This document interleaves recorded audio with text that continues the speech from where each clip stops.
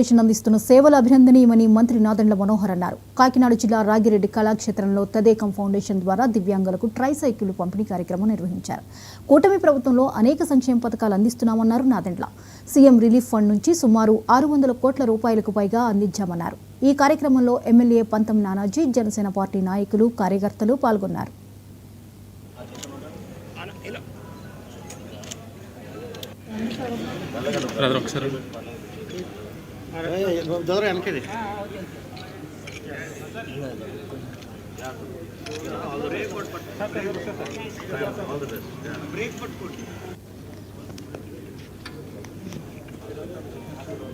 System మనం apply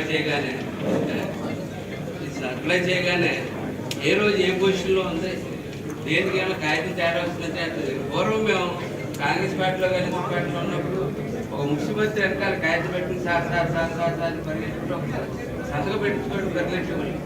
అట్లాగా అవసరం లేకుండా ఇవాళ కొన్ని జూన్ ముందు కూడా ఏమన్నా కానీ ముఖ్యమంత్రి గారి దగ్గర స్వయంగా ఆ నిర్ణయం పెట్టేసుకుంటారు 90%.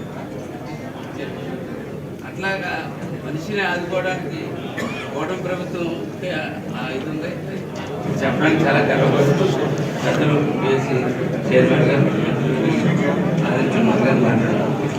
మిత్రులు, సోదరులు, కాకినాడ రూరల్ శాసనసభ్యులు పంతం నానాజీ గారికి, అదేవిధంగా ఆంధ్రప్రదేశ్ శాసన మండలిలో ప్రభుత్వ వ్యక్తిగా శాసనసభ్యులు శ్రీ హరిప్రసాద్ గారికి, రాజనగరం నియోజకవర్గ శాసనసభ్యులు గుంటూరు శాసనసభ్యులు ధర్మరాజు గారికి, తాడేపల్లిగూడెం శాసనసభ్యులు సీని గారికి, పి గన్నవరం శాసనసభ్యులు గౌరవనీయులు సత్యనారాయణ గారికి, అదేవిధంగా కాపు కార్పొరేషన్ చైర్మన్గా పార్టీకి సీనియర్ నాయకులుగా ఈ ప్రాంతానికి సుపరిచితులు పెద్దలు సుబ్బారెడ్డి గారికి, జనసేన పార్టీ నాయకులు, కార్యకర్తలందరికీ నమస్కారం.